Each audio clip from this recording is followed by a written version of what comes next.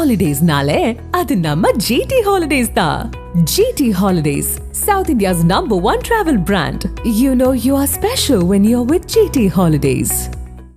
7 தலைமுறைகள் பாரம்பரியமிக்க ஒரே சித்த மருத்துவ ஸ்தாபனம் சேலம் சிவராஜ் சித்த வைத்தியசாலை. இப்பொழுது சேலம், ஈரோடு, சென்னை, ஹொசூர், திருப்பத்தூரில் தினசரி மருத்துவரை சந்திக்கலாம். தொடர்புக்கு 9842272250.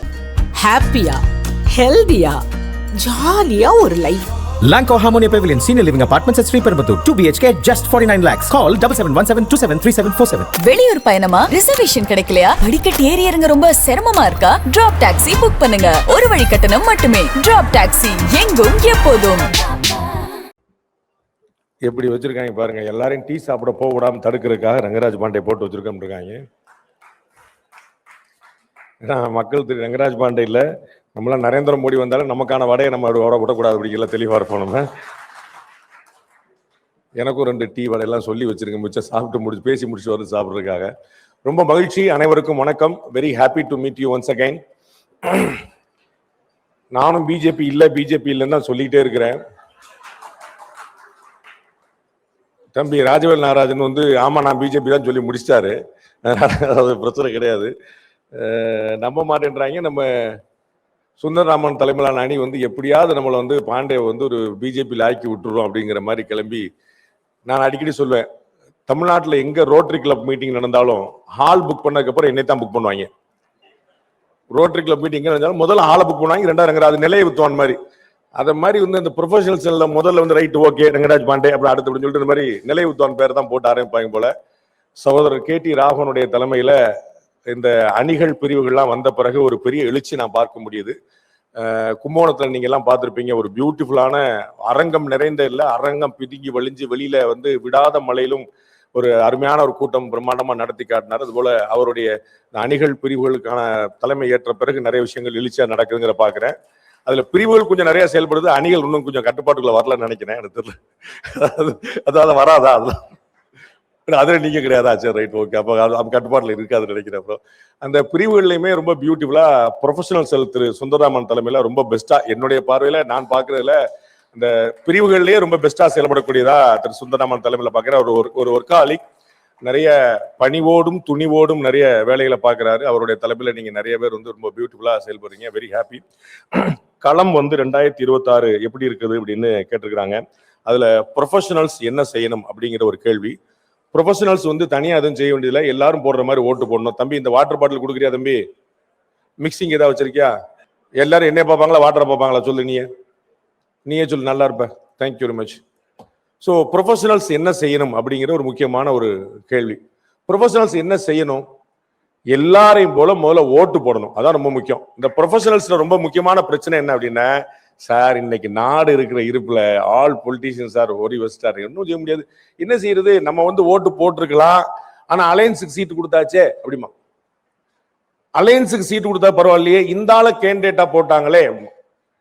அப்ப நிறைய ரிசர்வேஷன்ஸ், ஏன்னா திங்கர்ஸா இருக்கிறாங்க பாருங்க, நிறைய சிந்திக்கக்கூடியவர்களாக, அடுத்த கட்டத்துல சமுதாயத்தில் நகர்ந்தவர்களாக, நடுத்தர வர்க்கத்துக்கு மேல நகர்ந்தவர்களாக இருக்கும் போது நமக்கு என்ன வந்துருது அப்படின்னா, இதெல்லாம் நம்ம ஓட்டு போடணுமா கான்ட்ரிபியூட் பண்ணுமாங்கிறது வந்துருது. ஒரு ப்ரொஃபஷனலா நீங்க செய்ய வேண்டிய வேலை ஓட்டு போடுவது, அது ரொம்ப முக்கியம். குறைந்தபட்சம் இந்த அரங்கத்துல கூடியிருக்கிறவர்களாவது ஒவ்வொருத்தரும் ஒரு 15 பேரை ஓட்டு போட வைப்பேன் அப்படின்னு சொல்லி சொன்னாலே, நீங்க அதுக்கு மேல நீங்க கட்சிக்கு செய்ய வேண்டிய விஷயம் வேற எதுவுமே இருக்காது. அட்லீஸ்ட் ஒரு 15 நீங்க ஓட்டு போட்டு, நான் போய் நின்று கூட்டு போனேன், அது பிஜேபிக்கு ஓட்டு போட்டோம், வேற எந்த கட்சிக்காக ஓட்டு போட்டோம், அது பிரச்சனை இல்லை. அது அப்புறம் நம்ம சொல்லிட்டு மாத்தி கூட போட்டு போறேன். ஆனா நான் கூட்டு போனேன், நான் வழி நடத்தினேன், அவனை நான் ஃபாலோ பண்ணேன், அவனை ஓட்டு போட வச்சேன்னு ஒரு 15 பேரையாவது நீங்க கொண்டு போய் நிப்பாட்டினீங்கன்னா அது உங்களுக்கு ஒரு பெரிய லெவல்ல ஹெல்ப் பண்ணும். உங்களுக்கு தெரிஞ்சிருக்கும், திருமங்கலம் ஃபார்முலா அப்படின்னு ஒண்ணு கேள்விப்பட்டிருப்பீங்க. அதுல எங்க அண்ணன் திரு அழகிரி அவர்கள் செய்தது இந்த மைக்ரோ மேனேஜ்மெண்ட் தான். 3:30 மணிக்கு சாயந்தரம் உட்கார்ந்து இருக்கிறாரு.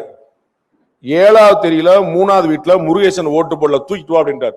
முருகேசன் வீட்டுல உட்காந்து டிவி பார்த்துட்டு இருக்காரு. இன்னைக்கு லீவுன்னு துண்டா தூக்கிட்டு வந்துட்டாங்க, ஓட்டு போடலையா, அண்ணன் உங்களை தூக்கிட்டு வர சொன்னார் அப்படின்னு சொல்லிட்டு ஓட்டு போட்டாங்க. 85% போலி. இதான் மைக்ரோ மேனேஜ்மெண்ட். உள்ள பூத்துல உட்காந்து யார் ஓட்டு போட்டா, யார் ஓட்டு போடல, யார் ஓட்டு போடணும் அப்படிங்கிற பார்த்துட்டு தெளிவா கொண்டு எல்லாருமே ஓட்டு போட வைக்கிறது. அதுதான் ரொம்ப முக்கியமா நீங்க செய்ய வேண்டியது. SIR புண்ணியத்துல தமிழ்நாட்டுல கிட்டத்தட்ட 97 லட்சம் பேரை காலி பண்ணி விட்டாச்சு. அப்போ பெர்சன்டேஜ் ஆட்டோமேட்டிக்காவே கூடும். அதை தாண்டி நீங்க இன்னும் அதிகமா கொண்டு வரதுக்கான வழியை பார்க்கணும். SIRல உங்களுக்கு தெரிஞ்சிருக்கும், ப்ரொஃபஷனல் செல்ஸ் உடைய அடுத்த முக்கியமான வேலை நான் நினைக்கிறது, நிறைய உருப்படியான விஷயம் வந்து ரொம்ப பெரிய லேகிங்கா இருக்கு. அது வந்து இல்லவே இல்லை தமிழ்நாட்டுல. 80 கோடி பேருக்கு 5 வருஷம் முழுக்க முழுக்க விலை இல்லாமல் 1 பைசா செலவு இல்லாம ரேஷன் பொருட்கள் கொடுக்கப்பட்டிருக்கு. கொஞ்சம் யோசிச்சு பார்க்கணும். 5 வருஷம் இடைவிடாமல் எவ்ரி மந்த் 80 கோடி பேருக்கு விலை இல்லாமல் ரேஷன் பொருட்கள் கொடுக்கப்பட்டிருக்கு. எல்லாருமே தமிழக முதலமைச்சர் ஸ்டாலின் தான் கொடுத்திருக்காரு நினைச்சிட்டான். ஏன்னா ரேஷன் கடையில் உட்கார்ந்துருக்கிற ஆட்கள் எல்லாமே வந்து கீழே இருந்து மேலிருந்து எல்லாருமே பாக்கெட்ல வந்து தளபதி படத்தை போட்டு உட்கார்ந்துருக்காங்க. அப்ப என்ன அவங்க தான் கொடுத்துருக்காங்க. அப்ப இது யார் கொடுத்தா, யாருடைய ஃபண்ட் அப்படிங்கிற கேள்வியே இல்லாம போச்சு. அதனால தான் என்ன செஞ்சிருக்காங்க, கொஞ்சம் கூட தயக்கம் இல்லாம திரு உதயநிதி ஸ்டாலின் அவர்கள் 27 பைசா நான் சொல்ல போறேன், 1 ரூபா கொடுத்தா 27 பைசா தான் வருது, தமிழ்நாட்டுக்கு ஃபண்டே வரல அப்படின்றாங்க. பாரத பிரதமர்ல இருந்து மிக சமீபத்துல புதுக்கோட்டையில பேசின நம்முடைய உள்துறை அமைச்சர் திரு அமித்ஷால இருந்து, நம்முடைய மாநிலத்தை சேர்ந்த அண்ணன் எல் முருகன்ல இருந்து எல்லாருமே தொடர்ந்து சொல்லிட்டு வர்றாங்க, ஆதாரபூர்வமா ஆவணப்பூர்வமா சொல்லிட்டு வராங்க. லாஸ்ட் 10 இயர்ஸ்ல மட்டும் தமிழ்நாடுக்கு சென்ட்ரல் கவர்மெண்ட் 11 லட்சம் கோடி ரூபாய் ஒதுக்கி இருக்கிறது. 11 lakh crore, 11 லட்சம் கோடி ரூபாய் ஒதுக்கி இருக்குது. ஆனா 1 ரூபா கூட ஒதுக்கல, 1 ரூபா கூட ஒதுக்கலன்னா இவங்கள மாதிரி ஒதுக்கலங்கிற கவலையை சொல்லிட்டாங்களா என்னன்னு தெரியல. அது 11 லட்சம் கோடி ரூபாய் வந்திருக்கு அப்படிங்கிறத மக்கள்கிட்ட கொண்டு போய் சேர்க்க வேண்டிய கடமை இருக்கு. இப்ப இந்த எஸ்ஐஆர் அப்படிங்கிறது வந்து எல்லாரும் பயங்கரமா ஒரு பூச்சாண்டி மாதிரி கருதுனாங்க. உங்களுக்கு தெரியும் எஸ்ஐஆர் வந்திருக்கு, எஸ்ஐஆர் வந்துருச்சு அப்படின்னா தமிழ்நாட்டில இருந்து சத்தம் போடாத கட்சியே கிடையாது. ஏடிஎம்கே கொஞ்சம் கன்ஃபியூஷன் ஆகி என்ன செய்யலாம்னு இருந்துச்சு. பிஜேபி மட்டும்தான் வந்து வழக்கம் போல மைனாரிட்டியா வந்து இல்ல ரொம்ப நல்லது நல்லதுன்னு சொல்லிட்டு இருந்துச்சு. பீகார்ல எஸ்ஐஆர் வந்து சமீப காலங்கள்ல அறிமுகப்பட்ட திரும்பி ரீஇன்ஃபோர்ஸ் பண்ணது வந்து பீகார்ல இதே மாதிரி வந்து கிட்டத்தட்ட 66 லட்சம் பேருக்கு மேல வந்து பெயர்கள் நீக்கப்பட்ட போது குய்யோ முறையோன்னு கத்துனாங்க. ரூலிங் பார்ட்டி திரும்ப ஆட்சிக்கு வந்துருச்சு, பிஜேபி கூட்டணி அங்க திரும்ப ஆட்சிக்கு வந்துருச்சு. யூ ஓன்ட் பிலீவ், அந்த எஸ்ஐஆர் 66 லட்சம் பேர் போனதுல நீக்கப்பட்டதுல பிஜேபி கவர்மெண்ட் திரும்ப வந்த பிறகு ஒருத்தர் கூட வாயை திறக்கல. எத்தனை ஆயிரம் கேஸ் போட்டிருக்கணும், என் பேர் இல்லைன்னு எத்தனை லட்சம் பேர் முற்றுகையிட்டு இருக்கணும். ஆனா ஏதாவது நடந்துச்சான்னா எதுவுமே கிடையாது. 66 லட்சம் பேர் அங்க வந்து பீகார்ல போயிருச்சு. பிஜேபி திரும்ப ஆட்சிக்கு வந்துச்சு. தமிழ்நாட்டுல 97 லட்சம் பேர் வந்து நீக்கப்பட்டுருச்சு, 97 லட்சம் பேர் போயிருச்சு. அப்ப தமிழ்நாட்டுல வந்து நீக்கப்படுறதுக்கு முன்னாடி இந்த எஸ்ஐஆர் இம்ப்ளிமெண்ட் பண்ணும் போது எல்லாரும் குய்யோமே கத்துறாங்க. இந்த எஸ்ஐஆர் இம்ப்ளிமெண்ட் ஆன பிறகு யாருமே பேசல, அமைதியாயிட்டாங்க. ஏன், உள்ளதிலே அதிகமான பெயர்கள் வந்து குளத்தூர் தொகுதியிலும் சேப்பாக்கம் தொகுதியிலும் போயிருக்கு. அதிகமான பெயர்கள் எங்க நீக்கப்பட்டிருக்குன்னா குளத்தூர். இத்தனைக்கும் குளத்தூரும் சேப்பாக்கமும் தமிழ்நாட்டிலேயே சின்ன தொகுதிகள்ல ஒண்ணு, ரொம்ப சின்ன தொகுதிகள். நீங்க வெள்ளிவாக்கத்துல இருந்து ஸ்ரீபெரும்புதூர் பெரிய பெரிய தொகுதிகள் நிறைய இருக்கு. உள்ளே சின்ன தொகுதியில இருக்கக்கூடிய 2 இடத்துல தான் வந்து டாப் 5 இருக்கு 2 தொகுதியிலுமே. அப்படி போயிருச்சு. அப்ப நான் வந்து கேட்டேன் நம்மகிட்ட கேள்வி கேட்கக்கூடிய சகோதரர்கள்ட்ட, எஸ்ஐஆர் வந்து ஒரு பெரிய ப்ராப்ளமா இருக்குது, ஆன்டி நேஷனல், ஆன்டி தமிழ்நாடு, தமிழர்களுக்கு விரோதமா இருக்குது, ஆனா நடத்துனது பூரா யாரு அப்படின்னு. மாநில அரசு அதிகாரிகள் தான் தேர்தல் ஆணையத்தின் பிரதிநிதிகளா இருந்து நடத்துறாங்க. அப்ப சென்னையில மாநகராட்சி கமிஷனரா இருக்கக்கூடிய திரு குமரகுருபரன் ஐஏஎஸ் அவர்களுக்கு வந்து அவருக்கு தன்னுடைய பொசிஷன் தெரியாதா? அது வந்து சென்னை வந்து திமுகவுடைய கோலச்சக்கூடிய இடம் அப்படிங்கிறது தெரியாதா? அப்ப குளத்தூர் தொகுதி வந்து யாருடைய தொகுதின்னு தெரியாதா? சேப்பாக்கம் தொகுதி யாருடைய தொகுதி தெரியாதா? அங்க வந்து யாரோ ஒருத்தர் வந்து பிஎல்ஓன்னு போட்டு யாரோ ஒருத்தர் பெயர் நீக்கிறதுக்கு அனுமதிச்சிருவாங்களா? அப்ப இல்லாத பெயர்கள் நீக்கப்படுது. இன்னைக்கு வரைக்கும் நீங்க பாத்தீங்கன்னா 97 லட்சம் பேர் நீக்கப்பட்டிருக்கு. இது வரைக்கும் பேரை திரும்ப சேர்க்க சொல்லி 10 லட்சம் கூட டோட்டலா வரல. என்னுடைய பேர் நீக்கப்பட்டுச்சு சேர்க்கணும்னு சொல்லி திரும்ப வந்து ஒரு 10 லட்சம் பேர் கூட வரல. இதுலயே இடம் மாறினது, தடம் மாறினது, பெயர் மாறினது, ஊர் மாறினது, ஸ்பெல்லிங் மாறினது, இனிஷியல் மாறினதுன்னு சொல்லிட்டு அதுதான் வந்து நிக்கிறதே தவிர 97 லட்சம் பேர்கள் நீக்கப்பட்டிருக்கு அப்படின்னா யார்கிட்டையும் பதட்டம் இல்ல, தெளிவா இருக்கிறாங்க. ஏன் அப்படின்னா நீக்கப்பட்ட பெயர்கள் ஒரிஜினலான விஷயங்களா இருக்குது. அர்ச்சனா பட்நாயக் ரொம்ப தெளிவா சொன்னாங்க, அப்ளிகேஷன் ஃபார்மை ஃபில் அப் பண்ணி கொடுத்தாலே போது நாங்க பேரை சேர்த்துருவோம்னு. அப்ப ப்ரொஃபஷனலா நீங்க எல்லாரும் யோசிக்க வேண்டியது, நீங்க களத்துல போய் நீங்க பார்த்து தெரிஞ்சுக்க வேண்டியது, இன்னும் ஒரு மிச்சம் 4-5 நாள் தான் இருக்குன்னு நினைக்கிறேன் அந்த பணி முடியறதுக்கு. எஸ்ஐஆர்ல யார் அதிகமாக BLA 2 போட்டிருக்காங்கிறது மேட்டர் இல்ல. BLA 2 அதிகமா போட்டிருக்கல. If I am not wrong, BJP தமிழ்நாட்டின் 3வது பெரிய கட்சியாக இருக்கிறது. அதிமுக திமுகவுக்கு பிறகு அதிகமான ஆட்கள் கிட்டத்தட்ட 62,000 பேரை வந்து போட்டிருக்காங்க. நான் அதை பத்தி பாராட்டுற ஆள் நான் கிடையாது. அதிகமான அந்த பேர் வச்சியே சோறு வச்சியான்னு கேட்பாங்கல்ல, அத மாதிரி வந்து ஆள் போட்டியிலே வேலை பார்த்தீங்களான்னு கேட்பேன். நம்ப மாட்டீங்க, நான் பார்த்த இடங்கள்ல பூரா சொல்றேன். உங்க பகுதியில் எப்படி இருக்கு நீங்க திரும்ப செக் பண்ணிக்கங்க. BLAஸ்லயே 90% சக்சஸ்ஃபுல்லா வேலை பார்த்தது DMK காரங்க. திமுக காரங்க தான் கடுமையான களப்பணியாற்றி எல்லா வீடுகள்லயும் பிஎல்ஓ போறதுக்கு முன்னாடி பிஎல்ஏ போய் இருந்து வாங்கி கொடுத்தாங்க. அப்ப யாருடைய ஓட்டு மிஸ் ஆகாம இருக்கிறதுக்கு யார் வேலை பார்த்திருக்கான்னு பாருங்க. அப்ப ஒருவேளை யாருடைய ஓட்டா அது மிஸ் ஆகும்னா அது யாருடைய ஓட்டா இருக்க வாய்ப்பு இருக்குன்னு பாருங்க. அப்ப நம்ம வந்து பேர் சேர்க்கிறதோ டேக் மாற்றுறதோ உள்ளரங்க கூட்டத்துல உட்கார்ந்து கூட்டம் போட்டுட்டு இருக்கிறதோ மட்டும் பத்தாது. களப்பணின்னு ஒண்ணு சொல்லுவாங்க. இந்த ரெஜிஸ்ட்ரேஷன் ஆபீஸ் எல்லாம் ரெஜிஸ்ட்ரேஷன் முடிச்ச பிறகு அவங்க கையில பேப்பரை கொடுக்க மாட்டாங்க. இருக்கட்டும் சார் களப்பணி முடிச்சு சொல்லுவாங்க. அந்த களப்பணி அப்படின்னா ஒண்ணுமே இல்ல, ஃபீல்டு ஒர்க்குங்கிறதுக்கான ஒரு நல்ல தமிழ் வார்த்தை. இந்த ஃபீல்டு ஒர்க்கு தான் ஆட்களை காப்பாற்றும், ஃபீல்டு ஒர்க்கு தான் கட்சிகளை கரையேற்றும். உள்ளரங்க கூட்டத்துல வந்து பல கோடிகளை செலவழிச்சு சுந்தரராமன் தலைமையிலான டீம் வந்து போட்டா நமக்கு வந்து எல்லா வேலையும் முடிஞ்சிச்சுங்கல்ல. This could be a beginning. அதற்கு பிறகு நீங்க ஃபீல்டுல போய் வேலை பார்க்கணும். திமுக காரங்க என்ன செய்யறாங்க, அதிமுகவை ஏன் அசைக்க முடியல, ஏன் அந்த ரெண்டு பேரும் கட்சிகள் வந்து இருக்காங்கன்னா கீழே ஒரு டீயை மட்டும் குடிச்சிட்டு நாள் முழுக்க நாயா பேயா வேலை பார்க்கறதுக்கு திமுக அதிமுக லட்சக்கணக்கான பேர் இருக்கிறார்கள். அந்த மாதிரி பாஜக இருக்காங்களான்னு பார்க்கும். அப்படி யாராவது இருந்தா அவர்களுக்கு மரியாதை கிடைக்குதான்னு பார்க்கும். நான் வந்து இதுவும் காம்ப்ளிமெண்ட் பண்ணிட்டு சூப்பர் சூப்பர் பயங்கரம் யாரும் தடுக்க முடியாது ஜி, அடுத்து நம்ம ஆட்சி தான் ஜி, பின்னிடலாம் ஜின்னு சொல்றதுக்கு நான் வரல. அதுல இருக்கக்கூடிய சேலஞ்ச் எனக்கு கொடுக்கப்பட்ட தலைப்பு களம் 2026 ப்ரொஃபஷனல்ஸ் என்ன செய்யணும் அப்படிங்கிறது. அப்ப அதைத்தான் நான் சொல்றேன். இடிப்பாறை இல்லா ஏமரா மன்னன் கெடுப்பார் இல்லாடும் கெடும்ன்றான். நல்லது சொல்றதுக்கு ஆள் இல்லைன்னா கெடுக்கிறதுக்கு எவனும் தேவையில்லை, தன்னாலே கெட்டு போயிடுவான்றான். அப்ப நமக்கு நிதர்சனமான உண்மைகள் தெரிய வேண்டியிருக்கு. கீழே ஃபீல்டு ஒர்க்ல டிஎம்கே அடிச்சு பின்றாங்க. கலைஞர் வந்து ஒரு தேர்தல் நிதி கேட்டாரு, ஏகப்பட்ட கோடி அன்னைக்கு தேதிக்கே வந்து 300-400 கோடி கிட்ட பயங்கரமா வசூலாயிருச்சு. எதுக்குங்க இவ்வளவு வசூல் பண்ணு கேட்டபோது அழகா சொன்னாரு, தொண்டர்களுக்கு டீ செலவுக்காக 300-400 கோடி ரூபாய் தொண்டர்களுக்கு டீ செலவு தேர்தலுக்கு. அது எந்த தொண்டர் எங்க டீ குடிச்சாருன்னு தெரியல. அந்த மாதிரி வந்து கடுமையான வசூல் வேட்டையை போட்டுட்டு ஃபீல்டு ஒர்க் கீழே ஆள் அசறதே கிடையாது. எவ்வளவு பேரு இன்னைக்கும் பாத்தீங்கன்னா 70 வயசு 80 வயசுல அந்த கருப்பு சோப்பு துண்டை போட்டுட்டு கீழே வந்து களத்துல அவ்வளவுறாங்க. நேரு சொல்றாரு பாத்தீங்கன்னா ரங்கராஜ் பாண்டேவே திமுக பாராட்டிட்டாருன்னு. அது என்ன அப்படின்னா எதிரில என்ன இருக்கு மாற்றுல என்ன இருக்குன்னு தெரிஞ்சாதான் நமக்கு உண்மை தெரியும். நாம வந்து டிஎம்கே பாராட்டுற மாதிரி அண்ணன் திருமாவளவன் RSS பாராட்டியிருக்காரு, பாத்திருப்பீங்களா?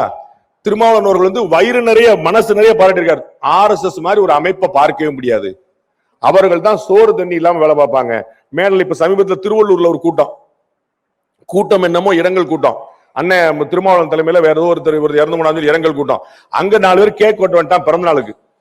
இப்ப இரங்கல் கூட்டம் பார்த்தா அது மாட்டு அந்தமா போட்டுனேன் நம்ம வந்து இது பிறந்த நாள் கொண்டு 2 கேக் கொண்டு அவரா சண்டே போட்டு கீழே இறங்கி 58 பேர் அவரோட சேர்த்து மேடையில மட்டும் உட்கார்ந்துருக்காங்க. எதிர அவ்வளவு பேர் இருந்தாங்களா நான் கவனிக்கல. சோ இவ்வளவு பேர் பூரா கொண்டு அவர் வந்து ஒரே சத்தமா போட்டு கத்தி குமிச்சு திட்டுறாரு. நீங்க என்ன இப்படி இருக்கிறீங்க, நீங்க என்ன இப்படி திட்டுறாரு.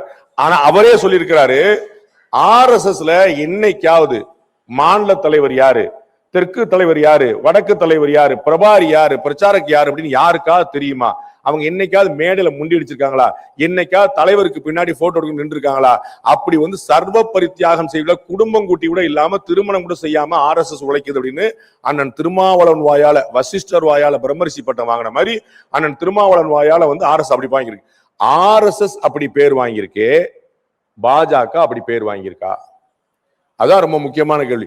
அப்படி பேர் வாங்காம, அப்படி ஃபீல்டு ஒர்க் பண்ணாம, அப்படி உழைக்காம ஓட்டு அதிகரிக்க முடியும்னு நினைக்கிறீங்களா?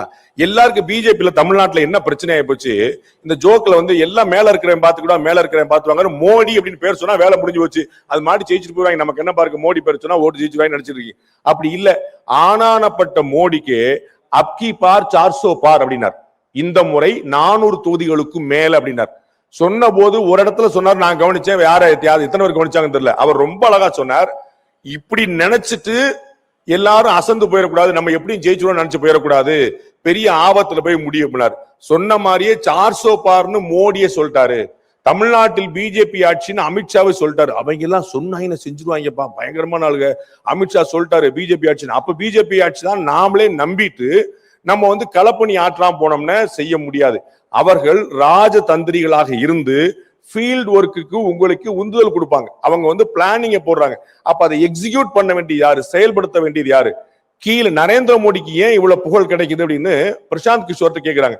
நரேந்திர மோடிக்கு அப்படி என்னங்க அட்வான்டேஜ் இருக்கு? நரேந்திர மோடி கூட வேலை பார்த்தவர் பிரசாந்த் கிஷோர். பிறகு அவர் எப்படியாவது தோற்கடிக்கணும்னு பார்த்துட்டு அவர் பாவம் ஜன்சுராஜ் கட்சியில ஆரம்பிச்சுட்டு கட்சி நடத்துற எவ்வளவு கஷ்டம்னு கண்டுபிடிச்சாரு. அட்வைஸ் பண்றது ஈஸி போல, நடத்துறது ரொம்ப கஷ்டம் போல அப்படின்னு. நம்ம வந்து வெளியில நல்லா தம்பி நல்லா ஓடணும்பா, பயங்கரமா ஓடணும் பாத்துக்கோ நம்ம அட்வைஸ் பண்ணலாம். எங்க அண்ணே நீங்க கொஞ்சம் ஓடி காட்டுங்கன்னா ஒரு கனவு இருக்கு பாருங்க. அது மாதிரி வந்து அவருக்கு கட்சி நடத்துறது எவ்வளவு கஷ்டம் அப்படிங்கிறது இப்ப தெரிஞ்சிருக்கும். பீகார் எலெக்ஷன்ல வந்து அடிச்சு தூக்கி போட்டு டெபாசிட் எங்கன்னு கேட்க வச்சாங்க. அவர் வந்து உலகத்துக்கு பூரா நான் தான் எல்லாரையும் முதலமைச்சர் ஆக்குறேன், நான் தான் எல்லாரும் பிரதமர் ஆக்குறேன் அப்படின்னாரு. அப்ப நான் சொன்னேன், உண்மையிலேயே ஒரு அட்வைசர்னால ஒருத்தர் முதலமைச்சர் ஆயிட முடியும்னா தமிழ்நாட்டுல எங்க அண்ணன் சீமான முதலமைச்சர் ஆக்கி விட்டீங்கன்னா நல்லா இருக்கும்னு பார்த்து. முதலமைச்சர் ஆக்க முடியுமான்னு ஒரு கேள்வி இருக்குல்ல. அப்ப கமல்ஹாசன் கூட தான் அக்ரிமெண்ட் போட்டிருந்தாரு. உங்களுக்கு தெரியுமா தெரியல, 2021 மக்கள் நிதி மையத்தோட தான் பிரசாந்த் கிஷோர் அக்ரிமெண்ட் போட்டிருந்தாரு. அப்புறம் பெரிய ஆஃபர் வந்தோடனே சின்ன ஆஃபர் தூக்கி போட்டு விட்டுட்டு அங்க போயிட்டாரு. அவர் கமல்ஹாசன் சரி பிரசாந்த் கிஷோர் போயிட்டார், நம்மளும் போய் அவரும் டிஎம்கே போயிட்டார். எல்லாம் கூட்டம் அங்கே பின்னாடி போயிட்டாங்கன்னு வச்சுக்கோங்க.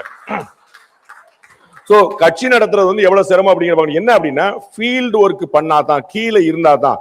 அந்த பிரசாந்த் கிஷோர் வந்து பீகார் முழுக்க நடந்தார், கிராமமா எல்லா இடமும் கிராமங்களை தங்கினார். அவர் சொன்னார், நரேந்திர மோடிக்கு இருக்கக்கூடிய ஃபீல்ட் எக்ஸ்பீரியன்ஸ், தரை அனுபவம் இந்தியாவில் இன்னொரு தலைவருக்கு இல்லை அப்படின்னு. அவர் தான் இந்தியாவில் முழுக்க எப்படி நம்ம மகா பெரியவர் எனக்கு தெரிஞ்சு இந்தியா முழுக்க 3 முறை பாத யாத்திரையாவே போயிருக்கிறாரோ, அதனால நரேந்திர மோடி அவர்கள் இந்தியா முழுக்க சுத்தி இருக்கார். அவர் இந்தியாவில எந்த ஊர் பேரை சொன்னாலும், தேர்தல் காலத்துல சுத்தக்கூடிய அரசியல்வாதி இல்ல, அவர் வந்து பிரச்சாரக்கா இருந்த காலத்துல இருந்து அவ்வளவு சுத்தி இருக்காரு. அதனால என்ன தெரியுது, ஒவ்வொரு ஊருக்கும் அதனுடைய தன்மை என்ன தெரியுது. அதனாலதான் இப்ப இவங்க டிஸ்கஷன்ல பேசிட்டு இருந்தது போல ஒவ்வொரு ஊருக்கும் லோக்கலா யோசிக்கிறார். ஒவ்வொரு ரயில்வே ஸ்டேஷனுக்கும் ஒரு ப்ரொமோஷன் போட்டு, ரயில்வே ஸ்டேஷன் எங்க ஊர் ரயில்வே ஸ்டேஷன்ல பால்கோவா விற்கிறாங்க, ஸ்ரீவில்லிபுத்தூர் ரயில்வே ஸ்டேஷன்ல பால்கோவா ப்ரொமோட் பண்ணணும். ஏன்னா எங்க ஊர்ல பால்கோவா ரொம்ப ஃபேமஸ் ஆனது. அதை கவர்மெண்ட் ஆஃப் இந்தியா ப்ரொமோட் பண்ணி யாரோ ஒருத்தருக்கு ஸ்டால் வச்சு கொடுத்து நீ போய் பால்கோவா வில்லுன்னு சொல்றாங்க. அந்த மாதிரி லோக்கல் ப்ராடக்ட்டை வந்து விற்கணும் அப்படிங்கிற ஒரு ஐடியா எங்கேயோ டெல்லியில உட்கார்ந்துக்கூடிய ஒரு பாரத பிரதமர் இருக்குன்னா ஏன் அப்படின்னா அவருக்கு திரையை விட தரை நன்றாக தெரியும். அவருக்கு தெரியக்கூடிய திரை கிடையாது, ஸ்கிரீன் கிடையாது, தரை. அப்ப நாம அந்த ஃபீல்ட் ஒர்க் பண்ணல அப்படின்னா அவருடைய கனவுகள் கனவுகளாவே நிற்கும். மறந்துடக்கூடாது. குளோபல் இன்னோவேஷன் இண்டெக்ஸ்ல நமக்கு வந்து நரேந்திர மோடி அவருடைய ஆட்சி வந்த பிறகு என்ன நடந்ததுன்னு பார்க்கணும். முன்னாடி இல்லாம வந்து அமெரிக்காவை பத்தி கவலைப்பட்டு இருந்தாங்க, ட்ரம்ப் என்ன பண்ணுவார் அப்படின்னு. ட்ரம்பால இந்தியாவை ஒன்றும் பண்ண முடியாதுன்னு ரொம்ப தெளிவா தெரியும். அதற்கான காரணம் நரேந்திர மோடி அவர்கள் மட்டுமல்ல. இந்தியா வந்து ஒரு பெரிய உற்பத்தி நாடு மட்டுமல்ல, இந்தியா ஒரு பெரிய மார்க்கெட். இது வந்து உங்களுக்கு நினைவு இருக்கும், பாரத பிரதமராக வாஜ்பாய் அவர்கள் இருந்த போது அதே அமெரிக்கா ஸ்டைலே லான்ல உட்கார்ந்து நாங்க அணுகுண்டு போட்டோம்னு அறிவிச்சார். அணுகுண்டு போட்டோன்னு பாரத பிரதமர் அறிவிக்கிற வரைக்கும் அமெரிக்காக்காரனுக்கே தெரியாது. அமெரிக்காக்காரன உளவுத்துறை எல்லாம் பிடிச்சி பெண்டை நிமித்து விட்டு முதல் அடிச்சு வெளுத்து விட்டுட்டாங்க. என்னடா பண்ணிட்டு இருக்கேன், நம்ம வந்து உலகம் முழுக்க எவ்ரி இன்ச் எவ்ரி சென்டிமீட்டர் நம்ம பார்த்துட்டு நினைக்கிறோம். அணுகுண்டே போட்டு எடுத்து முடிச்சிட்டாங்க. அவன் சொன்ன பிற வரைக்கும் தான் தெரியும், யாருக்குமே தெரியாது. உங்களுக்கு தெரியும், திரு கலாம் தலைமையிலான குழு எவ்வளவு பிரில்லியண்டா போட்டுட்டு பொக்ரான் 2 அந்த அணு ஆயுத சோதனை உலகத்துல யாருக்குமே தெரியாம நடத்தி முடிச்சு நாம் அறிவிக்கிறோம், யாருக்குமே தெரியாது. அப்ப இந்தியாவுக்கு சாங்ஷன்ஸ் போட்டாங்க, பொருளாதார தடைகள் விதித்தார்கள். இந்தியா மீது பொருளாதார தடைகள் அமெரிக்கா விதிச்சது. அசரவே இல்லை. எப்பா உன்னுடைய பேஸ்ட் இல்லைன்னா நான் வேப்பங்குச்சி எடுத்து தேய்ச்சி போய்கிட்டே இருப்பேன். பேஸ்ட் வித்தா உனக்கு தான் மார்க்கெட்டு, இல்லைன்னா நான் வேப்பங்குச்சி வச்சுட்டு போயிடுவேன், இல்லாட்டி நான் வந்து சாம்பலை கூட வச்சு தேய்ச்சிட்டு போயிடுவேன். தெரிஞ்சுட்டாங்க நம்மளால ரொம்ப டேஞ்சரான ஆளுப்பா அப்படின்னு சொல்லிட்டு மார்க்கெட் விட்டுறக்கூடாதுன்னு அவனே அதை வாபஸ் வாங்கினான். நம்ம யாருமே பாரத பிரதமர் வாஜ்பாய் போய் யார்ட்டுமே கெஞ்சல. அப்ப இந்தியா ஒரு பெரிய மார்க்கெட். இங்கேயே 140 கோடி ஆள் இருக்கிறான். திருப்பூருடைய டெக்ஸ்டைல்ஸ் என்ன ஆகும் யாரும் கவலைப்படல. நம்மால் ரொம்ப கௌரவமாயிட்டான். இந்தியாவுக்கு தானே ஆர்டர் போடுற பிரச்சனை. எல்லா திருப்பூர் கம்பெனிக்காரங்களும் போற வந்து ஸ்ரீலங்கால ஒரு கம்பெனி ரிஜிஸ்டர் பண்ணி வச்சாங்க. ஒரு பேருக்கு மட்டும் ஒரு லெட்டர் பேர்ல ஸ்ரீலங்கால போட்டு வச்சாங்க.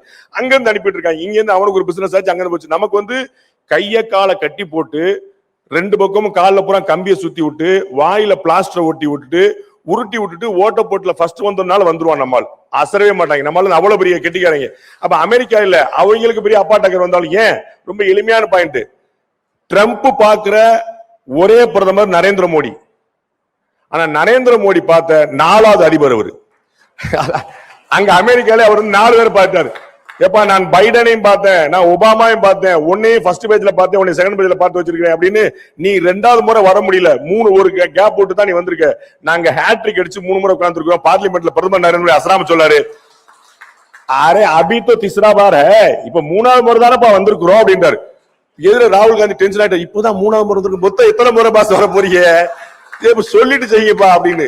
இப்பதானாங்க 3வது முறை, எதுக்கு அவசரப்படுறீங்க, கொஞ்சம் போருங்க அப்படின்றாரு. அவ்வளவு பிளான் பண்ணி போட்டிருக்காங்க. என்ன கணக்கு, குஜராத்ல அது பிஜேபியோட கோட்டை போல ஆயிருச்சு. குஜராத்ல யாருக்கு ஜெயிப்பாங்க, பிஜேபி ஜெயிப்பாங்கிற மாதிரி வந்து கண்ணு மட்டும் சொல்றாரு. அங்க வார்டு பிரதிநிதி வட்ட பிரதிநிதி எல்லாம் போட்டது போக பன்னா பிரமுக் அப்படின்னு சொல்லிட்டு பேஜ் வாரியா ஒரு ரெப்ரசன்டேட்டிவ் வச்சிருக்காங்க. வாக்காளர் பட்டியல் இருக்கு பாத்தீங்களா, வாக்காளர் பட்டியல் புக்கா இருக்கும் பாத்தீங்களா, அதுல ஒவ்வொரு பேஜுக்கும் ஒரு பிஜேபி காரர். 12 பேர் இருக்கக்கூடிய இடத்துல ஒருத்தன் பிஜேபி காரனா இருக்கணும்னு சொல்லிட்டு பூத் ஏஜென்ட் இல்ல, பன்னா பிரமுக் பேஜ் வாரியா. அப்ப எவ்வளவு டீப் ரூட் அவுட் பண்றாங்க. அந்த ஊரை சேர்ந்த நரேந்திர மோடியோ அந்த ஊரை சேர்ந்த அமித்ஷாவோ எப்பா குஜராத்ல தான் எங்களை யாரும் அசைக்க முடியாது நினைச்சிட்டு போகல. இன்னமும் மைக்ரோ மேனேஜ்மெண்ட் பண்ணி இந்த தேர்தலுக்கு வந்து பன்னா பிரமுக் வச்சிருக்காங்க. அடுத்த தேர்தலுக்கு வீட்டு பிரமுக்கே வச்சிருவாங்க. உங்க வீட்டுல 5 பேர்னு நான் வந்து ஒருத்தர், உங்க ஊர்ல 5 பேர்ல என் கட்சிக்கார ஒருத்தர் இருக்கணும்னு சொல்லுவாங்க. பஸ் நாங்கெல்லாம் பரம்பரை டிஎம்கே அதெல்லாம் கிடையாது, உங்க ஊர்ல இருந்து ஒருத்தர் வரணும்னு சொல்லிட்டு அந்த மாதிரி போட்டுருவாங்க. அப்ப அவ்வளவு மைக்ரோ மேனேஜ்மெண்ட் வேலை பார்க்கறாங்க. அந்த வேலையை நீங்கள் பார்த்தால் தான் நடக்கும். அப்ப பாரத பிரதமர் நரேந்திர மோடி வந்த பிறகு என்ன நடந்திருக்கு அப்படின்னா, இன்னோவேஷன் அதிகமாயிருக்கு. நாம ஒரு காலத்துல அமெரிக்காவையும் பிரிட்டனையும் ஜெர்மனியும் சைனாவையும் மட்டும் நம்பி எல்லா பொருட்களும் அங்கிருந்து வரும், நாம வந்து வெறும் தொட்டியா மட்டும் இருப்போம், வாங்கக்கூடிய ஆட்களா மட்டும் இருப்போம்ங்கிறத தாண்டி நாங்கள் உற்பத்தி செய்து உலகத்துக்கு அனுப்புவோம் இடத்துக்கு கொண்டு நிப்பாட்டிருக்காங்க. இன்னைக்கு உலகத்தில் எங்க நீங்க ஆப்பிள் போன் வாங்கினாலும் அது இந்தியாவில உற்பத்தி செய்யப்பட்டதா இருக்கும். மேட் இன் இந்தியாங்கிற பேண்டோட அமெரிக்காவுக்கு போகக்கூடியதா இருக்கு நம்ம ஆப்பிள் போனே. அந்த கருப்புல உட்காந்துருக்கு. அமெரிக்கால ஒரு போனை வந்து மேட் இன் இந்தியான்னு வாங்க வேண்டிய நிலைமை. அவன் மேட் இன் அமெரிக்கான்னு போட்டு இருந்ததா நம்ம இந்தியாவில வாங்கியிருந்தாலும். இதை தாண்டி இன்னோவேஷன்ல பாத்தீங்கன்னா ஐஐடி சென்னை மட்டுமே 5 நாட்களுக்கு 3 பேட்டன்ட்கள் வாங்குகிறது. எவ்ரி 5 days 3 பேட்டன்ட் வாங்குறாங்க. அவ்வளவு இன்குபேஷன் உள்ள கொடுத்துட்டு வந்து அண்ணன் காமகோடி அவர்கள் டைரக்டரா வந்திருக்காரு. எனக்கு தெரிஞ்சு ஒரு ஐஐடியோட டைரக்டர் மெத்த படிச்சவரு, பாஸ்போர்ட் கூட கிடையாது அவருக்கு. என்ன ஏன் கேக்குறாரு, நான் எதுக்கு வெளிநாடு போகணுன்றாரு. கற்பனை பண்ண முடியுமா இந்த மாதிரி மனிதர்களை?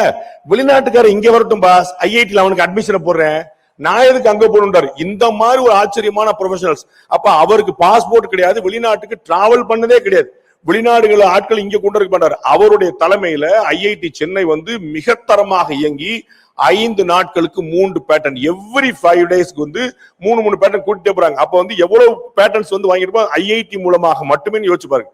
அப்ப இந்தியா முழுக்க இன்னோவேஷன், புதிய விஷயங்கள். நாம எப்படி இங்க கோயம்புத்தூர் வந்து சொல்ல வேண்டியதே இல்ல, உலகத்துக்கு கிரைண்டருங்கிற ஒரு கான்செப்ட் அறிமுகப்படுத்தி ஒரு ரூபாய் அரைக்க விட்டதுல வந்து நம்ம ஊர் மாதிரி ஒரு ஊர் பார்க்க முடியாது. டில்டிங் கிரைண்டர்ல இருந்து மெல்டிங் கிரைண்டர் வரைக்கும் என்னென்னமோ போட்டு வச்சிருக்காங்க. பல பேர் கட்சி ஆரம்பிக்கும் போது கிரைண்டர் யூஸ் பண்ணி தான் எல்லா கோலையும் சேர்த்து உள்ள போட்டு ஒரு கிரைண்டர் கோலையும் போட்டு வச்சிருக்காங்க. அந்த மாதிரி வந்து எல்லா பக்கத்துலயுமே வந்து ஒரு புதிய இன்னோவேஷனுக்கு வந்து இந்த ஊர் ரொம்ப பிரபலமானது. அந்த குளோபல் இன்னோவேஷன் இண்டெக்ஸ்ல 76வது இடத்துல இருந்த இந்தியா இந்த ஆண்டு 2025 கடந்த ஆண்டு வந்து 39வது இடத்துக்கு முன்னேறிருக்கு. குளோபலா வேர்ல்டு வைடா 39 நம்முடைய இடம் இல்ல, 2-3ல வந்து நிக்கும். ஆனா 75 வருஷமா நம்ம ஒர்க் பண்ணல. அப்ப 75 வருஷமா ஒர்க் பண்ணா கொஞ்சமா புஷ் பண்ணி போன வருஷம் 39 இடத்துக்கு வந்து நிக்குது. QS வேர்ல்டு யூனிவர்சிட்டி ரேங்கிங்ல 2015 வரைக்கும், 1947 இருந்து 2015 வரைக்கும் இந்திய பல்கலைக்கழகங்கள் வெறும் 15 பல்கலைக்கழகங்கள் தான் இருந்துச்சு குளோபல் ரேங்கிங்ல. உலக தரம் வாய்ந்த பல்கலைக்கழகங்களுடைய பட்டியல இந்தியால இருந்து வெறும் 15 பல்கலைக்கழகம் தான் அந்த ரேட்டிங்ல இருந்துச்சு. இன்னைக்கு 54 பல்கலைக்கழகங்கள் இருக்குது.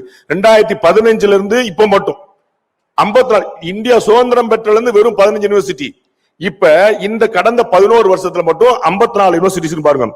ஹையர் எஜுகேஷன் இன்ஸ்டிடியூஷன், உயர்கல்வி நிறுவனங்கள், கல்லூரிகள், பல்கலைக்கழகம் போன்ற ஹையர் எஜுகேஷன் நிறுவனங்கள் பாத்தீங்கன்னா 1947 இருந்து 2015 வரைக்கும் 51,534 இருந்துச்சு.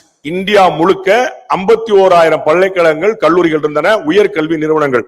இந்த 2015க்கு பிறகு இந்த 10 ஆண்டுகள்ல மட்டும் 70,018 உயர்ந்திருக்கிறது. அப்ப ஜஸ்ட் இமேஜின் பாருங்க, 75 வருஷமா பண்ண விஷயங்களை அப்படியே டபுள் ஆக்கி இருக்காரு வெறும் 10 வருஷத்துல. எவ்வளவு இன்னும் நிறைய சொல்லிக்கிட்டே போலாம்னு வச்சுக்கோங்களேன். ஐஐடி வந்து 16 இருந்துச்சு, 23 ஆக்கி இருக்கிறாரு. இப்படி ஒவ்வொரு பட்டியலா நம்ம சொல்லிட்டே போலாம். அப்ப சென்ட்ரல் கவர்மெண்ட் வந்து செயல்படுகிறது, வேலை பார்க்குது, வெறும் வாய் பேசல. அவர்கள் வந்து திமுகவினர் போல மற்றவர்கள் போல மேடையில முழங்கிட்டு அப்படிங்கிற போல அவங்க வந்து கீழே களமிறங்கி வேலை பார்க்கிறார். அதனாலதான் 360 டிகிரி இந்தியா வந்து குரோத்ல நிக்குது. யோசிச்சு பாருங்க, பாரத பிரதமர் நரேந்திர மோடி அவர்கள் சமீப காலமா எங்கேயாவது எந்த கட்சியில பாலிடிக்ஸ் பேசி நீங்க பாக்குறீங்களா? இங்க இருந்து கூட்டணிக்காக போகிறவர்கள் யாரை பார்க்கிறார்கள்? மோடியை பார்க்கிறாங்களா, அமித்ஷாவை பார்க்கிறாங்களா? அப்ப மோடி பாலிடிக்ஸ் பேச மாட்டாரா? மோடி அலையன்ஸ் பேச மாட்டாரா? இவர் தான் பண்ணணுமா? ரஷ்ய அதிபர் புதின் பாரத பிரதமர்கிட்ட கேட்கிறாரு, இந்த அஜித் தோல் யாரோ ஒரு டெரர் வச்சிருக்கீங்களாமேங்க, நாட் 7 மாதிரி, ஜேம்ஸ் பாண்ட் மாதிரி போராடம் பூரா கண்ணில் வர விட்டுரு. அவரை கொஞ்சம் 2 நாள் அனுப்பிவிடுங்க. என்ன மேட்டர் நான் கேட்டுக்கிறேங்க. அஜித் தோவலை கேட்டு வாங்கி பெற்று 2 நாள் 1-to-1 தனி டிஸ்கஷனை நடத்தி இருக்கிறார் ரஷ்ய அதிபர் புதின். இதுல முக்கியமான விஷயம், அஜித் தோவலுக்கு வந்த அழைப்போ எடப்பாடி பழனிசாமி அமித்ஷா சந்திப்போ கிடையாது. இந்த அலோகேஷன் ஆஃப் ஒர்க் பாரத பிரதமர் நரேந்திர மோடி அமித்ஷாவிடம் கட்சி பொறுப்புகளை கொடுத்திருக்கிறார். நான் நாட்டை பார்த்துக்கிறேன், நீ கட்சியை பார்த்துக்கிறேன்னு சொல்லிட்டார். எங்கேயாவது ஒரு இடத்துல பாரத பிரதமர் நரேந்திர மோடிக்கு ஒரு பயம் வந்து அமித்ஷா கட்சியை தூக்கிட்டு போயிடுவானோ, நம்ம பேரை சொல்லாம போயிட்டா என்ன செய்யறது, அவர் நான் தான் கட்சி நடத்துறேன்னு சொல்லிட்டாருன்னு என்ன பண்றது அப்படின்னு ஒரு வாரத்தை யோசிச்சிருந்தாருன்னு அந்த அலோகேஷன் நடந்திருக்குமா? அப்ப பிறருக்கு வேலையை பகிர்ந்து கொடுத்தல் பாரத பிரதமருடைய பெருந்தன்மை. அதற்கு குந்தகம் இல்லாமல் செயல்படுவது அமித்ஷாவுடைய கடமை. யோசிச்சு பாருங்க, அஜித் தோவல் உளவுத்துறை கிங்கு, அவரை வந்து கூப்பிடுறாங்க. அப்ப நம்ம உளவுத்துறை தகவல்லாம் நம்மால் உளறிடுவாரோ, இவரு போய் எங்க சொல்லிட்டா என்ன ஆகுது, அப்ப நமக்கு கிடைச்சிருக்கக்கூடிய ஒரு பொக்கிஷம் அவர் கிடைக்கலாம நினைக்கல. நம்மால் அங்க போயிட்டு புதின் என்ன செய்யறாருன்னு உளவு பார்த்து வந்துருவாருன்னு தெரியும். உங்களுக்கு புரியுங்களா? அப்ப அந்த மாதிரியான விஷயத்தை புரிந்து கொள்வது, அடுத்தவர்களுக்கு பணியை பகிர்ந்தளிப்பது, பகிர்ந்தளிக்கப்பட்ட வேலையை கடமை போல செய்வது, இதுதான் மெசேஜ். பகிர்ந்தளிக்கப்பட்ட வேலையை கடமை போல செய்வது, ஜாப் இல்ல, ஒர்க் இல்ல, டியூட்டி. DUTY, டியூட்டி ஃப்ரீ நமக்கு தெரியும். டியூட்டி ஃப்ரீ இல்ல, ஃப்ரீ டியூட்டி, கடமை. அப்படின்னா உரிமையை கேட்கறதுக்கான வாய்ப்பு இல்லை. எனக்கு தெரிஞ்சு பாரதிய ஜனதா கட்சி மாதிரி மெம்பரா சேரும் போதே பதவி கொடுக்கிற ஒரு கட்சி இந்தியாவிலே பார்க்க முடியாது. அவன் உள்ள வரும்போதே ஜி என்ன போஸ்டிங் ஜி, நமக்கு ஒரு பார்த்து போடுங்க ஜி, ஒரு மாநில போட்டு கொடுங்க. இன்னைக்கு காலில் மட்டும் 18 மாவட்ட தலைவரை பார்த்துட்டேன். என்னது மாவட்ட தலைவரா? இல்ல ப்ரொஃபஷனல் செல் அப்படின்னு உள்ள வரும்போதே மாவட்ட தலைவர் தான் சொல்றாங்க. மாவட்ட தலைவர் இல்ல ஜி, ப்ரொஃபஷனல் செல். அது அப்புறமா ராவனுடைய புண்ணியத்துல ஒரு மொத்தம் 50-60 செல்லு வேற வச்சிருக்காங்க, ஏகப்பட்ட செல்லு. எல்லாரும் நிர்வாகி, எல்லாரும் ஓகே, என்ன நடந்திருக்குன்னு பார்க்கணும், என்ன செஞ்சிருக்குன்னு பார்க்கணும். பொறுப்பு வாங்கணுமே, பொறுப்பா இருக்கிறோமான்னு பார்க்கணும், அந்த பொறுப்பை செயல்படுத்தணுமான்னு பார்க்கணும். அப்ப பாரத பிரதமர் நரேந்திர மோடி உழைக்கிறார், அமித்ஷா உழைக்கிறார், அஜித் தோவல் உழைக்கிறார், நாடு முழுக்க உழைத்து அவர்கள் ஓடா செய்யறாங்க. நாம என்ன செய்யறோம்னு பார்க்கணும். திராவிட முன்னேற்ற கழகமோ அனைத்து இந்திய அண்ணா திராவிட முன்னேற்ற கழகமோ சுலபமாக அசைக்கக்கூடிய சக்திகள் கிடையாது. அவங்க ஒரு பக்கம் அதிமுக தனிப்பெரும்பான்மை ஆட்சி வரும் சொல்லிட்டே இருக்கிறாங்க, நீங்க இந்த பக்கம் NDA ஆட்சி வரும் சொல்லிட்டே இருக்கீங்க. என்ன ஆட்சி தான் வரும் நாங்கள பார்க்கதான் உட்கார்ந்துட்டு இருக்கிறோம், அது அப்புறம். ஆனால் NDA ஆட்சி வரணும் எப்படி? இருக்கிறது மொத்தம் 234 தொகுதி. அண்ணன் நயினார் எவ்வளவு சீட் வாங்குவார்னே தெரியல, எனக்கு ஏதோ கொடுத்து பார்த்து போட்டு கொடுங்க சொல்லுவார் நினைக்கிறேன். நாங்க வந்து இந்த பக்கம் பிஜேபி குரூப் வந்து பழைய இந்தியன் கணக்கு வச்சுட்டா ஒரு 70 சீட் வாங்கலாம், 80 சீட் வாங்கலாம் சொல்லிட்டு இருக்கோம். எல்லா டிவிலையும் அவங்களே அலோகேஷன் பண்ணிடுறாங்க. நயினார் நாயந்தூர் எடப்பாடி பழனிசாமி என்ன பேசுறான்னு தெரியல, டிவியில் அவங்க எப்பறம் பேசிட்டு இவருக்கு 20 சீட்டு, அவருக்கு 6 சீட்டு, இவருக்கு 3 சீட்டு தான். அண்ணன் டிவி எங்களுக்கு 6 சீட்டு, எங்களுக்கு 6 சீட்டு அந்த செய்தி தவறானது. உடனே அந்த செய்தி தவறான, கூட்டணி தவறான அவர் போட்டு இருக்கான். நீங்க பாத்துட்டீங்க, பாட்டாளி மக்கள் கட்சி உள்ள வந்துருச்சு, ரைட்? சின்னவர் வந்துட்டாரு, பெரியவரும் வரப்போறாரு, அவர் இங்கதான் வருவாரு. தேமுதிக உள்ள வந்துரும். அன்னி நேற்று சொல்லிட்டாங்க, யாருடன் கூட்டணி என்பதை முடிவெடுத்து விட்டேன், இங்கே அறிவிக்க மாட்டேன்ட்டாங்க. அவங்களும் வந்துருவாங்க. டிடிவி தினகரன் வந்துருவார், சரிங்களா? அவங்க எல்லாம் வந்துருவாங்க. நீங்க என்ன செய்ய போறீங்க? ஓகே, அவங்க எல்லாம் வந்துட்டாங்கன்னா அப்பாடா, அப்ப ஜெயிச்சிடலாம். கூட்டணியாக இன்றைய தேதிக்கு டிஎம்கே ஸ்ட்ராங்கா இருக்கு. அதற்கு இணையான ஸ்ட்ரென்த் NDA கூட்டணிக்கு வரப்போகுது, நோ டவுட். 2021 2024 ரெண்டும் கிளப் பண்ண டிடிவி உள்ள சேர்த்த ஒரு வலுவான NDA வரும்னு நினைக்கிறேன். எங்களுடைய கணக்கு யாராவது உள்ள புந்து கெடுத்து விடாம இருந்தா சரிதான், அது வரைக்கும் வந்து வரும்னு நினைக்கிறேன். அதுல ஒன்றும் குழப்பம் இல்ல. அணி வலுவாயிரும். அப்புறம் ஒருத்தர் தனியா வந்திருக்கிறார் பாருங்க, நான் அணியா வந்திருக்கேன்னா தனியா வந்திருக்கேன், பாவத்தை படத்தை கூட ரிலீஸ் பண்ண விடாம இந்த பாடா படத்துக்கு ஒரு ஆள என்ன உங்களை நம்பி ஒருத்தர் கட்சி ஆரம்பிச்சாருன்னு அவர் படத்தை கூட ரிலீஸ் விடாம 2 காலுக்கு ஆர்டர் வருது, UA சென்சார் கொடுத்துடணும்னு. 2:30க்கு அப்பீல் போய் 3 மணிக்கு ஸ்டே வாங்கிட்டாங்க. சென்சார் போர்டு இவ்வளவு வேகமா செயல்பட்டு நான் பார்த்ததில்லை. அமித்ஷாவோட பயங்கர வேகமா சென்சார் போர்டு செயல்படு, பயங்கர வேகம். இப்படித்தான் உலகம் சுற்றுவாளின் படத்தோடைய பெட்டியெல்லாம் எடுத்துட்டு போனாங்களாம். என்னாச்சுங்கிறத பாத்துக்குங்க. நம்ம போராட வேண்டிய இடமே வேற. எனக்கு தெரிஞ்சு இந்த மாதிரி போராட்டம்லாம் பிரயோஜனப்படுமா தெரியல. அதுல ஒரு ராஜதந்திரம் இருக்கும்னு நினைக்கிறேன். இருந்து போட்டோம். அவர்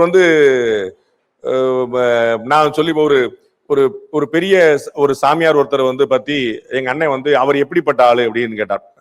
அவர் நல்ல மனுஷனா கேட்டார். அதனால ஞானிகள், துறவிகள், சாமியார்கள்லாம் எப்படிப்பட்டவர்கள் தெரிந்து கொள்ற அளவுக்கு நமக்கு ஞானம் கிடையாது. அது அவர்களை ஸ்கேல் போட்டு பாக்குறதுக்கு நமக்கு ஞானம் வேணும்ல. இவர் எப்படி அதனால நமக்கு சொல்ல தெரியாது. அது மாதிரி அமித்ஷாவுடைய ராஜதந்திரத்தெல்லாம் கரைத்து குடித்து விட்டார்லாம். அது பக்கம் நம்ம போக முடியாது. சாணக்கியருக்குலாம் பயங்கர சாணக்கியர் அவரு. நம்ம ஓரமா தம்மாந்தோட்டு சேனல சாணக்கியன் பேர் வச்சிருந்தா ஆயிருமா? அது ஒரிஜினல் சாணக்கிய யாருங்கிற பாக்கணும்ல. அவருடைய ராஜதந்திரங்கள் நமக்கு புரியவில்லை. நமக்கு அந்த கனையால ஒரு பெரிய கவிதை படிச்ச நிறைய இடங்களை சொல்லியிருக்கேன். உங்களுடைய அற்புதங்கள் எனக்கு அற்பமானவை, உங்களுடைய அற்புதங்கள் எனக்கு அற்பமானவை, என்னுடைய அற்புதங்கள் உங்களுக்கு அறிமுகமே ஆகாதவை. அண்ணன் அமித்ஷா அப்படிதான் சொல்லுவார். தம்பி, நீ படிச்ச ஸ்கூல் ஹெட் மாஸ்டர் அண்ணன், என் ராஜதந்திரம் உனக்கு புரியாதா, உட்கார்றா அப்படின்னு சொல்லுவார் போல. அந்த அளவுக்கு கடுமையான வேலையில் இறங்கி பார்த்திருக்கிறாங்க. நம்ம தெளிவா திரு விஜய் அவர்கள் கட்சி ஆரம்பிச்ச போது எல்லாரும் பயந்துட்டு இருந்தாங்க. ஆஹா, இது ஏடிஎம்கே பிஜேபி அலையன்ஸ் ஓட்டை பிரிச்சிருமோன்னு. அண்ணன் கடுமையா களப்பணியாற்றி டிஎம்கே ஓட்டை பிரிக்கிறதுக்கான ஏற்பாடு பண்ணாரு. அதனால நீங்க படத்தை சீக்கிரம் ரிலீஸ் பண்றதுக்கான ஏற்பாடு நீங்க நன்றியோடு அதை தான் செய்யணும். நீங்க முதல் முறையாக எம்ஜிஆருக்கு பிறகு, எம்ஜிஆர் இருந்தவரை சிறுபான்மை வாக்குகளும் அதிமுகவிடம் தான் இருந்தன. அதற்கு பிறகு அது திமுக கூட்டணிக்கு குத்தகைக்கு விடப்பட்டது போல ஆயிடுச்சு. திமுக கூட்டணியில காங்கிரஸ், டிஎம்கே, விடுதலை சிறுத்தைகள், மதிமுக, 2 கம்யூனிஸ்ட், மைனாரிட்டி கம்யூனிட்டி யாருக்கு ஓட்டு போட வாய்ப்பு இருக்குதோ அத்தனை பேருமே ஒரே கூட்டணிக்கு போயிட்டாங்க. அப்போ அவர்களுக்கு வேறு வாய்ப்பே இல்லாம இருந்துச்சு. போதா குறைக்கு உங்க கூட பிஜேபி கூட ஏடிஎம்கே வரை சேர்ந்துருச்சு. அதனால எந்த வாய்ப்பு கூட அதை சொல்லியே பூச்சாண்டி காட்டி அந்த ஓட் பேங்க் டெபாசிட் சால்டா வச்சிருந்தாங்க. முதல் முறையாக திரு விஜய் சிறுபான்மையுடைய வாக்குகள்ல ஒரு பெரிய பிளவை ஏற்படுத்தி இருக்கிறார். அதை திமுக உணர்ந்து விட்டது. ரொம்ப பெருசா வந்துச்சு. நேத்து தமிழக முதலமைச்சர் ஸ்டாலினே பிஜேபி விஜய் போராடும் போற அங்கிள் அங்கிள் அப்படின்னார். அவருக்காகவே குரல் கொடுத்தார் தமிழக முதலமைச்சரை. அப்ப எங்க தெரியுது ரொம்ப தெளிவா அப்படின்னா, திருப்பரங்குன்றத்துல திமுக ஏன் இவ்வளவு ஸ்ட்ராங்கா இருந்துச்சு நினைக்கிறீங்க? ஏன் அப்பீல் மேல அப்பீல் போட்டு அசராம கண்டெம்டே வந்தாலும் பரவாயில்ல. ஏன்னா மைனாரிட்டி ஓட்டு இடம் மாறுது, தடம் மாறுதுன்னு அவங்க கண்டுபிடிச்சிட்டாங்க. அப்போ அது பிஜேபி ஏடிஎம்கே இருக்கக்கூடிய என்டிஏ கூட்டணிக்கு ஒரு பலமாக அமையலாம். ஏன்னா திமுகவுடைய வாக்குகள் பிளக்கும் போது அது உங்களுக்கு சாதகமா இருக்கலாம். ஆனா இந்த இந்தியன் கிரிக்கெட் டீம் ரசிகர்கள் மாதிரி உட்கார்ந்துருக்க கூடாது. இந்த பாகிஸ்தான் ஜிம்பாபே தோத்துட்டானே, ஜிம்பாபே நெதர்லாந்து தோத்துட்டானே, நெதர்லாந்து நியூசிலாந்து அப்போ ஒரு வைல்டு கார்டு என்ட்ரி வரும் தலைவர். அப்ப நம்ம உள்ள போய் ஜெயிச்சிடலாம் தலைவருமா. டேய், நீ ஜெயிக்க மாட்டியா அப்படின்னு இல்லைங்க, எவனோ 4 பேர் தோத்துருவான். அப்ப யாழே இருக்காதுல, எல்லாரும் நம்ம அத மாதிரி அவர் ஓட்டு அங்க போயிரும், இவர் ஓட்டு பிளந்துரும், நம்ம அப்படி ஜெயிச்சிடலாங்கிற மாதிரி நீங்க ஓட்டை கொண்டு வரணும். இந்தியாவிலேயே இதற்கு முன்னாடி வரலாற்றிலும் எப்பயுமே இல்லாத அளவுக்கு ஆன்டி இன்கம்பன்சி மட்டுமே பார்த்துட்டு இருந்த ஒரு நாட்டுல பாரத பிரதமர் நரேந்திர மோடி வந்த பிறகுதான் பாசிட்டிவ் ஓட்டுனே ஒன்று வந்திருக்கு. எனக்கு நரேந்திர மோடி வேண்டும் என்று. எப்பயுமே ஒரு ஆட்சி இருந்துருச்சுன்னு அது வேண்டாம்ங்கிறது மட்டும்தான் இந்தியா முழுக்க. அது குளோபல் பினாமினா. எல்லா இடத்துலயுமே ட்ரம்ப் நம்ம போன முறை போனதுனால தான், பைடன் தோத்ததுனால தான் ஆன்டி இன்கம்பன்சி ஸ்ட்ராங்கா இருக்கும். ஆனால் பிஜேபி ஒரு இடத்துல ஆட்சியை பிடித்து விட்டால் நகர்வதே இல்லை. உட்கார்ந்தாங்க. ஏன் இன்னும் தமிழ்நாட்டில் பிஜேபி அண்ணன் எல்முருகன் அவருடைய யாத்திரை எல்லாருடைய உழைப்புனால 4 எம்எல்ஏ போன முறை, இந்த முறை கட்டாயமா டபுள் டிஜிட்ங்கிறது 10ல இருந்து 99 வரை. அண்ணன் நயினார் டபுள் டிஜிட் எங்க வைக்க போறாருங்க நம்ம பார்க்கணும். டபுள் டிஜிட்ல கேரண்டியா இருக்குது. ஆனா 4 கால் வச்சிருச்சா, கால் முளைச்சிருச்சான்னு பிஜேபி கேலி பண்ணிட்டே இருக்கிறாங்க. அந்த கேலி பண்ணப்படக்கூடிய காலே முளைக்கல, காலே இல்ல, கால் பதிக்கவே முடியாது அப்படின்னு சொல்லக்கூடிய பிஜேபியை ஏன் இவ்வளவு தூரம் எதிர்க்கிறாங்கன்னு தெரிஞ்சுக்கணும். நாங்க தான் ஆளே இல்லப்பா, அப்ப ஏன் எங்களை எதிர்க்கிறீங்க ஒரு கேள்வி வரணும்ல. ஏன் எதிர்க்கிறார்கள் என்று சொன்னால் அவர்களுக்கு தெளிவாக தெரியும், ஒரு முறை பாஜக ஆட்சிக்கு வந்து விட்டால் அந்த நாற்காலியை விடுவதே இல்லை. பசைய போட்டு ஓட்டின மாதிரி உட்கார்ந்துக்கிடுவாங்க. குஜராத்ல இருந்து, பீகார்ல இருந்து, மகாராஷ்டிரால இருந்து பல இடங்கள் அவர் பாரத உள்துறை அமைச்சர் சொன்னது போல, புதுக்கோட்டையில் சொன்னது போல 2024 2025 ஃபுல்லா ஸ்ட்ரைக்கிங் ரேட் அள்ளி குமிச்சிட்டு இருக்கு. இந்த முறை 2 ஸ்டேட்டை குறிவிச்சாங்க. ஒன்னு தமிழ்நாடு, இன்னொன்னு வெஸ்ட் பெங்கால். ரெண்டு கண்ணு பாத்துறோம்ல அப்படின்ட்டு. அக்கா தீதி மம்தா பானர்ஜி பதட்டத்துல இருக்கிறாங்க. பேப்பர் எல்லாம் புடிங்கி கிழிக்கிறாங்க. இடி ஆபீசர்ஸ் போனா சண்டைக்கு போறாங்க. அவங்க என்ன செய்யறேன்னே தெரியாம போயிட்டு அவ்வளவு இன்னும் போன முறையே அவங்க வந்து கிட்டத்தட்ட 90 சீட் வந்துட்டாங்க. இந்த மாதிரி எப்படி ஆட்சி பிடிச்சாங்க? அந்த ஊர்ல காங்கிரஸும் கிடையாது, கம்யூனிஸ்டும் கிடையாது. அப்ப இது வந்து நேரடியாக திரிணாமுல் வர்சஸ் பிஜேபி நிலைமையில இருக்குது. அதனால வந்து ஒரு கடுமையான ஒரு அதிருப்தியில் இருக்காங்க. தமிழ்நாட்டிலே அந்த பதத்தை பாக்குறோம். ஏன் அப்படின்னா பிஜேபி ஒரு முறை வந்துவிட்டால் மறுமுறை இறங்காது, அவர்கள் நிலைத்து நின்றார்கள். அப்ப இந்த நம்பிக்கை மக்களுக்கு இருக்கு. என்கிட்ட வெளியில ஒருத்தர் கேட்டாரு, சார் களம் பேச போறீங்க, களம் எப்படி சார் இருக்கு அப்படின்னு கேட்டார். நான் அவர்கிட்ட சொன்னதான் அவங்கள்ட்ட சொல்ல வரேன். களம் நீங்கள் தயாராக இருக்கீங்களான்னு பாத்துக்கங்க, பிளேயர் ரெடியான்னு பாத்துக்கங்க, கிரவுண்ட் ரெடி. கிரவுண்ட் வந்து ரொம்ப பியூட்டிஃபுல்லா இருக்கு, ஆன்டி இன்கம்பன்சி இருக்குது. அதை யார் பயன்படுத்திக்கிறதுல நல் வாய்ப்பு இருக்குது.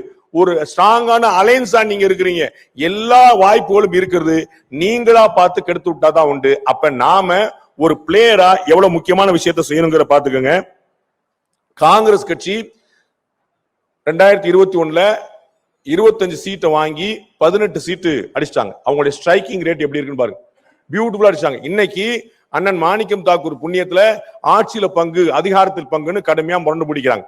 அப்ப நீங்கள் காங்கிரஸ் கட்சியோட போட்டி போடணும். காங்கிரஸ் கட்சி தான் பாஜகவுக்கு பிரதான எதிர்ச்சி. ஆனா எதுல போட்டி போட்டு இருக்கீங்க? கோஷ்டி பூசல்ல. காங்கிரஸ் கட்சிக்கு சற்றும் குறைவில்லாத இடத்துல பாஜக இருக்கு. 2 தலைவர்கள் பேசினாங்கன்னா 3ஆவது தலைவர் பத்தி தான் பேசுறாங்க. அவர் அப்படி ஜி, இவர் இப்படி ஜி. அண்ணா ஜியை மட்டும் விட மாட்டாங்க. பொருளை பேசினா கூட ஜி சேர்த்தான் பேசுறாங்க. நல்ல மனுஷங்க. பொருளை பேசினா கூட அதை சேர்த்தான் பேசுறாங்க. மாறி மாறி மாறி யார் காலை யார் வாரி விடணும். அதிமுக கூட்டணியில 234 சீட்டு தான் தமிழ்நாட்டுக்குள்ள. 234 சீட்ல ஏடிஎம்கேக்கு, பிஜேபிக்கு, கூட்டணியில் இருக்கக்கூடிய அம்மா மக்கள் முன்னேற்ற கழகம், தமிழ் மாநில காங்கிரஸ், பாரிவேந்தர், ஏசி சண்முகம், ஜான் பாண்டியன், புதிய தமிழ் டாக்டர் கிருஷ்ணசாமின்னு நிறைய பேருக்கு கொடுக்க வேண்டியிருக்கு. அப்ப நீங்கள் இருக்கக்கூடிய, நீங்கள் விரும்பக்கூடிய தொகுதியில உங்கள் கட்சிக்கே சீட் இல்லாமல் இருக்கலாம். உங்கள் கட்சிக்கு ஒதுக்கப்பட்ட சீட்டில் கூட உங்களுக்கு இல்லாமல் இருக்கலாம். எனக்கு இல்ல, என் கட்சிக்கு இல்ல, எப்படி நான் வேலை பார்ப்பேன் அப்படின்னு கிளம்பிட்டீங்கன்னா 1996 சூப்பர் ஸ்டார் ரஜினிகாந்த் சொன்னது போலதான், ஆண்டவனால கூட காப்பாற்ற முடியாது. மாறாக 234 தொகுதியும் அருமை சகோதரர் விஜய் சொன்னது போல மதுரை வடக்கு விஜய், மதுரை தெற்கு விஜய், உசிலம்பட்டி விஜய் அப்படின்னு சொன்ன மாதிரி தமிழ்நாடு முழுக்க பாரத பிரதமர் நரேந்திர மோடியே போட்டியிடுகிறார் 234 தொகுதியில். அந்த மாதிரி நினைச்சு நீங்க வேலை பார்த்தா மட்டும்தான் 40 தொகுதியோ 50 தொகுதியோ பிஜேபிக்கு என்ன அலாட் ஆகுதோ முடிஞ்சளவு கொஞ்சம் ஏத்தி விடுவோம். 40 50 எவ்வளவு அலாட் ஆனாலும் அதுல 95% ஸ்ட்ரைக் ரேட், சக்சஸ் ரேட் இருக்கணும். 40 தொகுதி கொடுத்தப்பா 38 எம்எல்ஏக்கள் உட்கார்ந்து இருக்காப்பான்னு வரணும். அப்படின்னா தான் அந்த மாதிரியான ஒரு வளர்ச்சி தான் மகாராஷ்டிராலையும் பீகார்லையும் பிஜேபி நம்பர் 1 கட்சி ஆக்கியது. அந்த மாநிலங்கள்ல வேறு கட்சிகள் முன்னிருக்க பாஜக 2வது இடத்தில் இருந்தது. ஆளுக்கு பாதி சீட்டு வரைக்கும் பிரிச்சுக்கிட்டாங்க. ஆளுக்கு பாதி சீட்டு பிரிக்கும் போது பாஜக வென்ற அளவுக்கு சிவசேனா வெல்லவில்லை. பாஜக வென்ற அளவுக்கு இவங்க நிதிஷ்குமாருடைய கட்சி வெல்லவில்லை. அப்ப அதிகமான ஸ்ட்ரைக் ரேட்ல பாஜக இருந்தது. இன்னைக்கு அந்த 2 மாநிலங்களுமே நம்பர் 1 கட்சியா இருக்கிறது. நாளைக்கு பாஜக கூட்டணியில உங்களுக்கு அதிமுக பாஜக எத்தனை சீட் ஒதுக்கப்பட்டாலும் அத்தனை சீட்டையும் வென்று கொடுப்போம். ஏடிஎம்கே கொடுத்தாலும் உங்களுடைய தொகுதியில திடீர்னு அம்மா மக்கள் முன்னேற்ற கழகம் இருக்கலாம், புதிய தமிழன் டாக்டர் கிருஷ்ணசாமி இருக்கலாம், எந்த வேட்பாளர் இருந்தாலும் எந்த கட்சி இருந்தாலும் இந்த தொகுதியை வெல்ல வைப்போம். அப்படின்னா தான் பிஜேபிக்கு ஒரு ஓட்டு இருந்திருக்கு, பிஜேபியோட ஓட்டு உள்ள விழுந்திருக்கு தெரியும். யோசிச்சு பாருங்க, விடுதலை சிறுத்தைகள் கட்சிக்கு 4 எம்எல்ஏ 2 எம்பி. அவர்கள் தனித்து நின்றால் 1 எம்எல்ஏ கூட வாங்க முடியாது. விடுதலை சிறுத்தைகள் கட்சி தனித்து நின்றால் 1 எம்எல்ஏ கூட வாங்க முடியாது. ஆனால் கூட்டணியின் மூலமாக 4 எம்எல்ஏக்கள் 2 எம்பி அவர்கள் கிடைத்திருக்கிறார்கள். அதனால அந்த கூட்டணியை டிஎம்கே வேல்யூ பண்ணுது. அவர்கள் நம்மோடு இருக்க வேண்டும் என்று விரும்புகிறது. அதுபோல பாஜகவை கூட்டணிக்கு வச்சோம், நாம ஜெயிச்சோம் அப்படிங்கிற எண்ணம் அதிமுகவுக்கு ஏற்பட வேண்டும். எதனாலப்பா ஜெயிச்சீங்கன்னா பிஜேபி கூட்டணி வச்சிருந்தப்பா, நல்ல வேலை ஜெயிச்சோம்பாங்கிற நிலைமை. அந்த அளவுக்கு காரிய கர்த்தாக்கள் அப்படின்னு நீங்க சொல்றீங்களே, செயல் வீரர்கள் அப்படின்னு தமிழ்ல சொல்லுவோமே, அந்த வீரர்கள் பூரா செயல்ல இருக்கணும், பேச்சுல இல்ல, ஆக்ஷன்ல, கிரவுண்ட்ல, தரையில. அப்ப 234 தொகுதியிலும் அதிமுக கூட்டணியை வெல்ல வைப்பதற்கான உழைப்பை கொடுப்போம்னு சொன்னாதான் களம் உங்களுக்காக காத்திருக்கும். களம் காத்திருக்கிறது, நீங்கள் தயாரான்ற பார்த்துக் கொள்ளுங்கள். நன்றி, வணக்கம், வாழ்த்துக்கள். இனிய ஆங்கில புத்தாண்டு வாழ்த்துக்கள். பொங்கல் திருநாளுக்கு முன்கூட்டிய வாழ்த்துக்கள். நன்றி, இறைவன் இருக்கட்டும்.